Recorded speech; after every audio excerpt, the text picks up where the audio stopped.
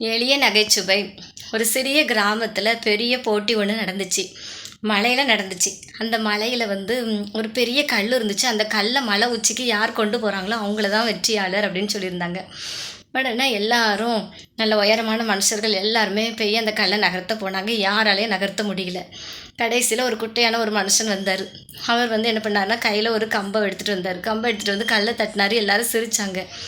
எப்படி இவனால் மட்டும் நகர்த்த முடியும் அப்படின்னு சொல்லி ஏளனமாக சொல்லி சிரித்தாங்க.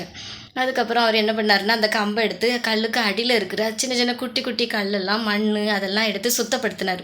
சுத்தப்படுத்திட்டு தன்னுடைய முழு முயற்சி கொடுத்தாரு. கல் நகர ஆரம்பிச்சிச்சு. அதுக்கப்புறம் கொஞ்சம் கூட அவர் ஓய்வு எடுக்காமல் அவர் கல்லை நகர்த்தி நகர்த்தி மேலே மலை உச்சிக்கு கொண்டு போய் ஜெயிச்சார். உடனே எல்லாரும் ஓடி போய் கேட்டாங்க, எப்படி உங்களால் மட்டும் ஜெயிக்க முடிஞ்சிச்சு அப்படின்னு கேட்டாங்க.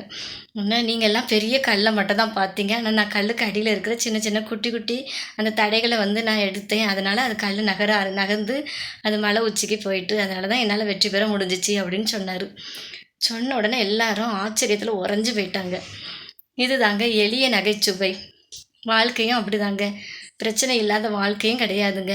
தீர்வு இல்லாத பிரச்சனையும் கிடையாதுங்க. எல்லா பெரிய பிரச்சனைக்கும் சின்ன சின்ன தீர்வுகள் பக்கத்துலேயே இருக்குங்க. வாழ்க்கை சந்தோஷமாக வாழலாங்க.